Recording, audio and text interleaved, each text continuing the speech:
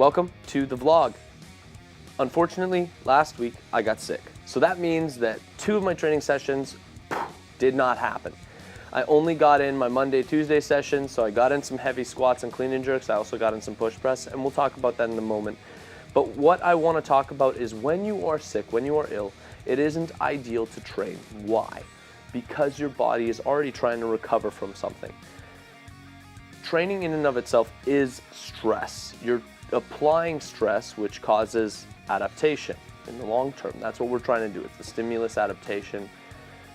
And so when we are talking about being ill, you're already fighting something. Your body isn't 100%. It's trying to fight something. So it's very rare that it's ideal to train when you're sick. Unless, of course, you are an elite athlete and you are preparing for a competition and the competition is really close. You might have to try and get some work done. But generally speaking, just take it easy. Let the body heal. In the grand scheme of things, it's only a drop in the bucket if you are consistent.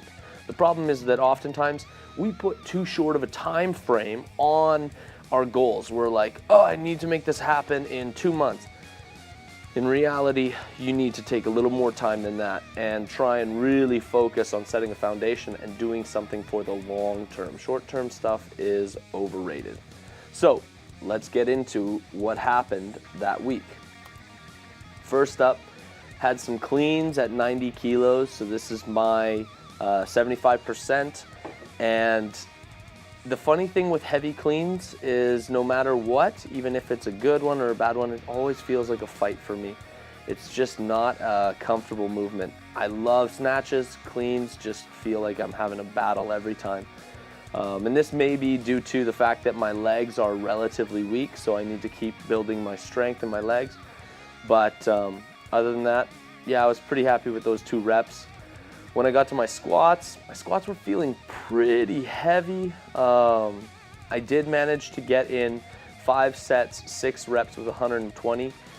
This is a good amount of volume. I was pretty sore, recovered well though, and it wasn't too bad. The technique, I'm working in trying to stay in my quads, keep the knees forward as long as possible. And this really helps keep pressure off of my back, which has been weak, as I've said before. So this is a bit of a struggle, but not too bad. It's getting there, it's coming.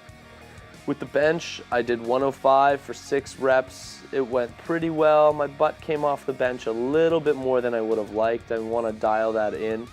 And that's one of the things that I love about videotaping is that I get to look at the tape later and go, yeah, you know what? I could have improved this. This could have been better. It wasn't as good as it could have been. So yeah, I got some bench done, went into the push press. The push press was 85 kilos for 6 reps. This isn't too bad. Again, the numbers are going up. This coming week I will try to go for 90 kilos. We'll see how that works out. As I saw from my last video, I didn't like how my legs were flailing about, so I decided I'm gonna keep my legs together. Mostly that's just aesthetic, but I did find that it helped keep my core a little more active. Then I reversed the grip on the landmine row to play with it a little more, and that was really fun. That burns my upper back really bad. Bench flies went well. Again, just trying to stretch and increase my mobility. If you watch closely, you'll see the left side doesn't go as deep as the right. I broke my left collarbone twice.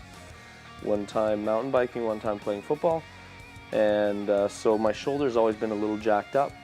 And then I finished off with some supine meadows rows, and my hands were fried. My grip was on fire.